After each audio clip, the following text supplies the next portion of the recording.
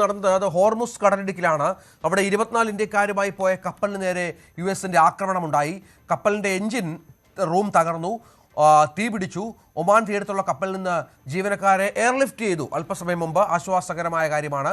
അതിൻ്റെ ദൃശ്യങ്ങളടക്കം നമുക്ക് കിട്ടിയിട്ടുണ്ട്. ദൃശ്യങ്ങളിലേക്ക് തന്നെ പോകണം. അവരുടെ സന്ദേശം ആദ്യം ഒന്ന് കേൾപ്പിക്കാം. സന്ദേശം തുടർന്നാണ് അവിടെ ഇടപെടലുണ്ടായത്.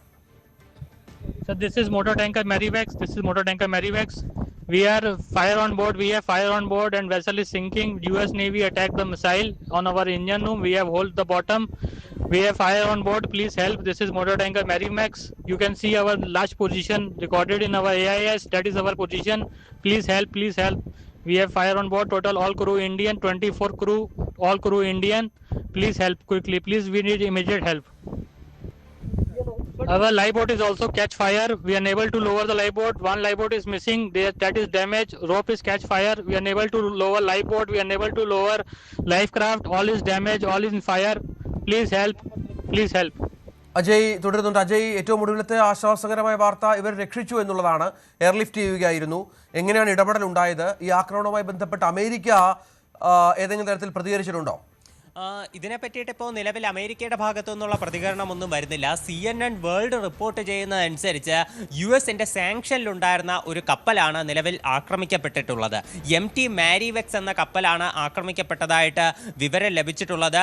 പെലോ എന്ന് പറയുന്ന രാജ്യത്തിൻ്റെ ഫ്ലാഗുള്ള കപ്പലായിരുന്നു ഇത് അമേരിക്ക ഉപരോധം കൽപ്പിച്ചിട്ടുള്ള രാജ്യത്തിൻ്റെ കപ്പലുകളിലൊന്നായിരുന്നു. അപ്പോൾ അതിനെ തുടർന്നാണ് ഇപ്പോൾ US ഈ കപ്പലിന് നേരെ ആക്രമണം നടത്തിയത്. ഈ കപ്പൽ നിലവിൽ അവർ ഏത് തരത്തിലാണ് ആക്രമണം നടത്തിയത് എന്നുള്ള വിവരം ഇപ്പോൾ മേഖലയിലുള്ള സുരക്ഷ നിയന്ത്രിക്കുന്ന സെൻട്രൽ കമാൻഡ് നിലവിൽ പുറത്തുവിട്ടിട്ടില്ല. US സെൻട്രൽ കമാൻഡിൻ്റെ ഒരു ഉപരോധം ഹോർമുസ് കടലിടുക്കിൽ തുടരുന്നുണ്ട്.